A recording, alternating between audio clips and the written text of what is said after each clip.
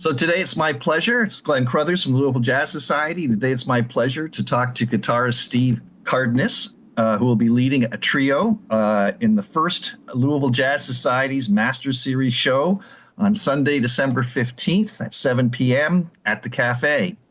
The Master Series brings to Louisville nationally prominent jazz musicians. We're really pleased that Steve Cardenas, a longtime New York-based guitarist and faculty member at the New School, will be our inaugural featured Master Series artist. It's good to talk to you, Steve, and I'm so glad that you're coming to Louisville to play this coming Sunday. Thanks for having me, and great to talk with you, and looking immensely forward to it. Great. If maybe I never get to play in Louisville, but one of my closest friends, Mike Hyman, is there, and we can talk about Mike, but we rarely get to play together, so we're both really looking forward to that. Well, we'll talk about Mike a little later. So you're originally from Kansas City, correct? Right. So I've always wondered how musicians choose their instrument and genre. So how did you discover the guitar? I mean, we're of the same age, and I know growing up, I didn't hear a whole lot of jazz growing up in Toronto. The guitar players played other kinds of music. And how did you decide that the guitar was your instrument, and how did you discover jazz in Kansas City growing up? Well, wow, that's a lot. It wasn't any kind of epiphanies. It wasn't anything like, oh, this is what I must do with the rest of my life. It was more just like, hey, I was a 14-year-old kid, and I saw some kids playing acoustic guitars at school, and it's the classic guitar player thing where I watched them and I thought, oh, I could do that. So my folks there was a guitar in the basement that didn't have strings on it that my sister, I think she had taken some lessons for a while, but it was an old Silvertone, and I remember asking my mother if I could take some guitar lessons. So we had it strung up, and I took a few lessons. And the teacher was good. He was just kind of trying to teach me how to read, kind of basic, but it didn't seem as interesting as hearing, Space Odyssey by David Bowie on the radio, So I lost interest. And about the time I was losing interest, I learned a few chords from my brother. This one friend of mine, Andy, who lived down the street, was taking up bass, and he wanted to start a rock band. So that brought me back in. Right. And I got a hold of an electric guitar, and now here's our cat LV doing a zoom bomb as she does. So, it was rock, just especially like you say from our era. It's almost like every guitar player, even the guys a little before us, like say Abercrombie, Schofield, Metheny, Frizzell. They all were introduced to guitar through rock at first. Yeah. So it's probably a different story with everyone as to how soon they made any kind of, I don't even want to say transition, but just like how they became interested in other music and decided to pursue that path, at least for a while. So for me, it was high school big band. And we had that rock band was 9th grade. We played some school dances. And so now I'm starting a different school at 10th grade, and they have big band as a class. And that class, at that time, so this is, mid-70s, most jazz at high schools was an after-school activity. Wasn't part of the curriculum. But this was a class during the day, and it was quite amazing. There were even 2 bands. And there were a lot of musicians, and I think that was due very much to the fact that our band director was really great and very motivated. And we had a book that was about 2 inches thick of Sammy Nestico arrangements and all these different things that high school big bands played at the time. Some of them more kind of traditional, some with a little kind of rock feels, it was kind of... And so that's... Even though I wouldn't say I had any kind of real interest in jazz, I just was interested in doing something different and learning some more about the guitar. I wasn't even sure where all this was going. And so, I learned a bunch of different kinds of chords. I had to. And then that led, I was becoming interested in rock that was more like progressive rock. So like Yes and Genesis. I keep thinking I'm going to sneeze here. And prog rock was the gateway drug for prog lots rock, of people. well, yeah, and because that led to fusion Yeah. for me. And this, it wasn't like I was doing all this on my own. It's just like different friends, my brother, all this stuff. Oh, what's that you're listening to? Oh, wow, that's Airto. Who's that? You know, that was my first exposure to anything that was kind of jazz related. And I really liked it. So, and then Weather Report, and then you hear these guitar players that have all this incredible, you know, facility and playing just different things I'd never heard before. Then, my last year of high school, I remember going to a jam session that a friend of mine's dad, who was a really good piano player, had, and there was a local guitar player. It was considered one of the guys in town, Danny Embry. And he played with Sergio Mendes later on and Claire Fisher, but Danny, he is incredible. He still plays there. He's one of my mentors, as is Rod Fleeman from Kansas City. So that's what got me into, like, not just fusion type jazz, but, you know, Miles and Charlie Parker and CM jazz and all that stuff. And then it was just like everything kind of took off. And by that time you got the bug. Yeah, and then this same friend of mine, we were going through all these musical transitions together. And so we would go to local jam sessions hosted by older musicians. And there were several during the week. And they weren't necessarily well attended because they were kind of spread out in the area. And they were very patient with us sitting in, you know, playing, like learning whatever tune we learned from the real book or whatever, you know. Right. But it was amazing. And what happened was, by the time I'd gotten out of high school and I was just kind of going to local community college, because I was playing like 5-6 nights a week. And then I was doing sometimes there was this one time for 6 months we were doing an afternoon happy hour, 5 days a week. So, and I'm playing with all older experienced musicians. I'm learning so much. It's kind of baptism by fire. And then I'm also studying on my own, whether it's just things I'm sort of uncovering on my own, but there was also a town guru, a piano player that taught all the musicians, no matter what instrument they played, John Elliott.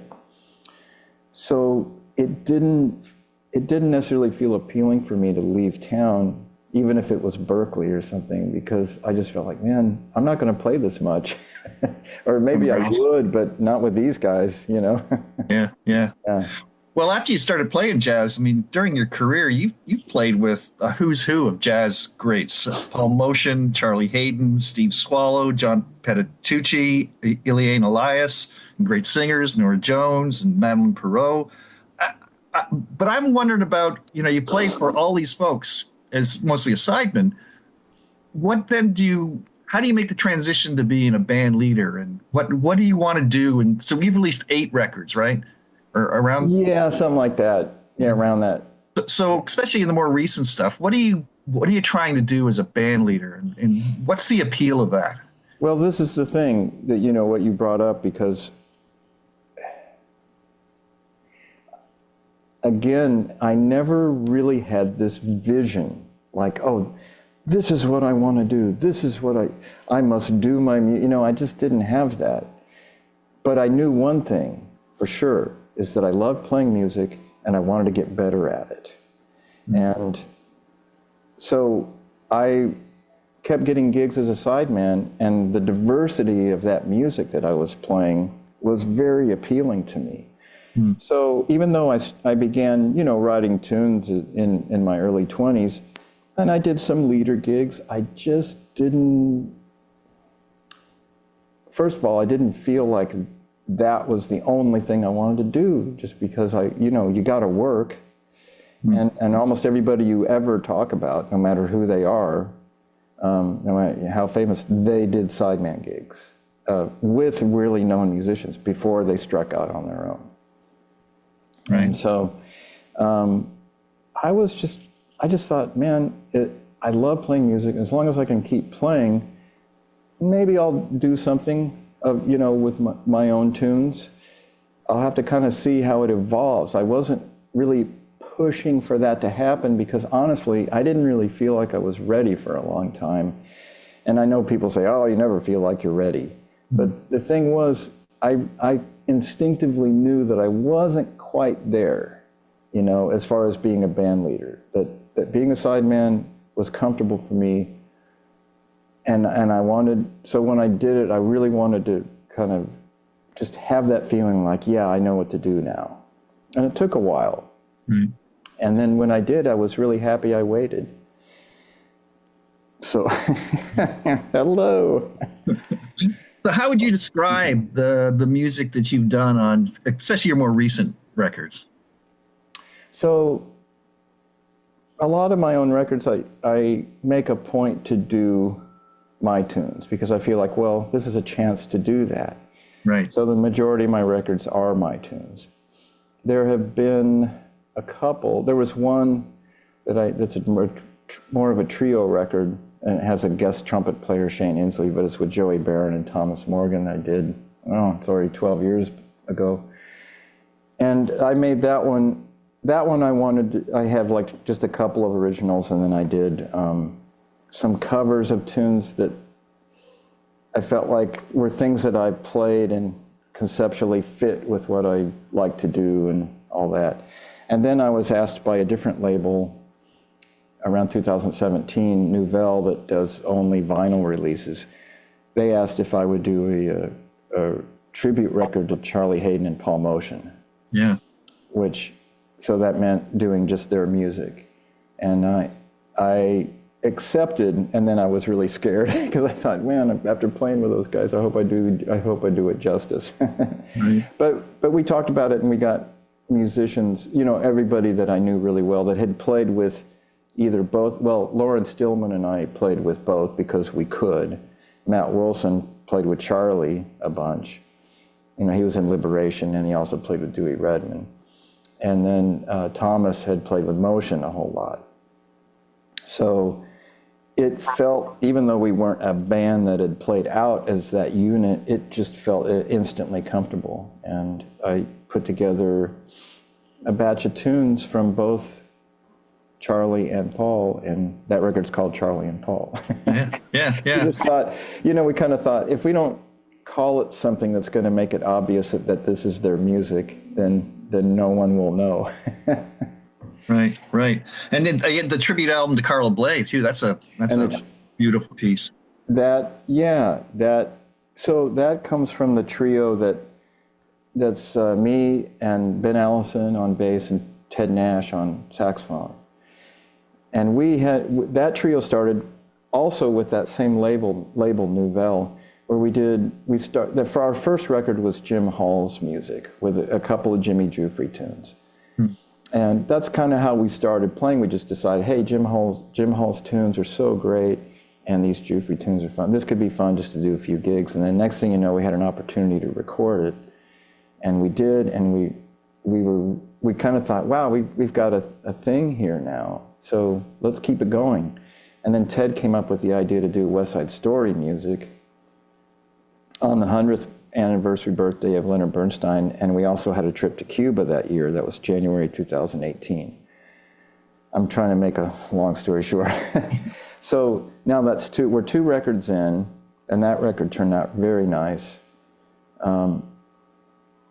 So I kind of thought to myself, gee, maybe I should come up with the next idea for the record. And I thought, man, Carla's music would be kind of the perfect juxtaposition to everything else that we've done. Right. Because Ben and Ted and I, we're a lot like those, to me, like musicians like Motion and Charlie. They can play really beautiful ballads and inside beautifully, and then they can play free and wait, and they still sound like themselves, and it doesn't matter what they do. And I think Ben and Ted and I are very much the same way. We just like to play music. We're not thinking, I'm this or I'm that. We're just like, let's do this. Right. So it was it felt really natural for us to play Carla's music, and I wanted to do something before, you know, not that she was, at that time she wasn't in the touring anymore, and it was kind of middle pandemic, but she was still here, and I wanted to do something while she was still here. And I did, and she heard it. Like after we got done, I sent Swallow the mix, and he played it for her, and he said, well, there's a whole quote on the record, but basically she really liked it. That's a good thing. So any new recordings on the horizon? Swallow, we did a new record. Well, Swallow did a new record. So it's hard to say. It'll probably come out sometime next year. I couldn't even tell you more about it. It's just been recorded, that's all. I mean, Gil Goldstein is on piano, and Mike Rodriguez on trumpet, Chris Cheek on tenor, and myself, and Nussbaum on drums. Good. Well, look forward to hearing it. And then, you know, Ben and Ted and I are our next record is going to be all original. We decided, you know, we need to do something of our own music at this point. Good. So as far as just my own thing, like my previous record with my own has a range, and that was with John Coward and Ben Allison and Brian Blade. And that's all, every single tune is my music. Can you talk about who you're playing with in Louisville on Sunday, and why those musicians? Okay, so playing the Louisville show, Jeremy I have not even met yet, bassist, and he came highly recommended by Mike. And so I'm looking forward to that. Anytime I've played with any musician that Mike recommended, it was always fantastic, so I know it's going to be great. Mike and I have a friendship that goes back to the early 90s. In California is where we actually met, because I lived there for a few years. And we did some gigs, and we got to know each other, and then that was in Northern California, and then in the San Francisco area. I moved to LA for a couple of years, not for any other reason than I was just playing gigs down there so much. I was getting connected very well through this composer, Jeff Beal. And he was playing a lot more trumpet at the time. That's where I met Patitucci, was through Jeff. And so Mike had moved to LA too, and we would get together in his rehearsal studio and just play guitar, drums. He would record them onto a cassette. You know, I feel like that's where our friendship really kind of struck up a lot more. And then about 2 years later, I was looking for a new apartment, hadn't found anything yet, and he calls up one day and says, "Hey man, I want to move back to New York. I've got a sublet for a year, a friend of a friend. You want to do this?" And I just said yes. I didn't even think about it. I just said yes, because I knew I was going to have to do it. And this was a perfect opportunity. So we had that 1 year sublet, and then we had to give it up, and we went our separate ways. He stayed stayed a little bit and stayed in the area for maybe another couple of years, and then he had moved to Louisville, I think. I can't even remember, but anyway. And I was in Manhattan for about 10 years, and now I've been in Brooklyn for almost 20 years. So, the 30-year New York anniversary is coming up this next year. I can't even believe it. Woo! Right. But Mike, I love playing with him, and I knew about Mike long before I ever played with him, because he was on Gary Burton Records, and he had played with Joe Henderson a bunch. So he was, I already had very deep respect for him as a musician long before. And then we always have a great time playing together and hanging out. So can you tell me what makes playing with Mike so interesting? Wow, that's always hard to talk. Like Thelonious Monk says, talking about music is like dancing about architecture. You know? But it's kind of true, you know, like how do you describe? When somebody has really great intuition and somebody has great time and they listen, that's what makes them great to play with. And Mike fits all of that to a T. So that would be the most succinct and direct way to say it. You know, he's a great listener. He's very imaginative, and he just makes music feel and sound good. That's what you want from anybody. Yeah. I've heard him play a lot, so I concur entirely. So what can the audience expect to hear in terms of tunes, approach, style on Sunday night? Well, when I do leader gigs, often they are trio gigs, because I have done some, at least a couple or 3 trio records. And I like that format, guitar, bass, drums. I like how much space there is with it. Mm-hmm. And it, my repertoire in that format will evolve over time. There'll be different original tunes of mine that will go in it or out, or be replaced. So it's going to be a few. How many of my original tunes are we going to be? I have to think about maybe 2 or 3. And then lately I've liked to mix it up with some of these folks we've been talking about, some of my heroes and the heroes that I've been lucky to play with. So there's a Paul Motion tune in there that's on that record, that Charlene Paul record. There's a Carla Bley tune, Ida Lupino, that's a classic of hers, just an incredible tune. There's a Steve Swallow tune that Mike played on the Gary Burton record that it originally showed, Ladies in Mercedes. Really fun, kind of salsa-esque. There's a Wayne Shorter tune because, well, Wayne Shorter. Right. and then there's Charlie Parker, so it's kind of a set list of heroes along with some of my music and all of that. Sounds like it's going to be an adventure. It's going to be fun. Yeah. For sure. Wow, looking forward to it. I'm really excited about the show. So remember, to the audience, that the Steve Cardenas Trio with Mike Hyman on drums and Jeremy Allen on bass will headline the Jazz Society's inaugural Master Series concert on Sunday, December 15th at 7 p.m. at the Café. Just a reminder, our shows have been selling out, so I recommend going to the LJS website and getting your tickets early. And there's a discount, of course, $5 discount for LJS members. Excellent. Thanks again, Steve, for talking to me today. I really appreciate it. Thank you, Glenn. I appreciate it. It's been a pleasure.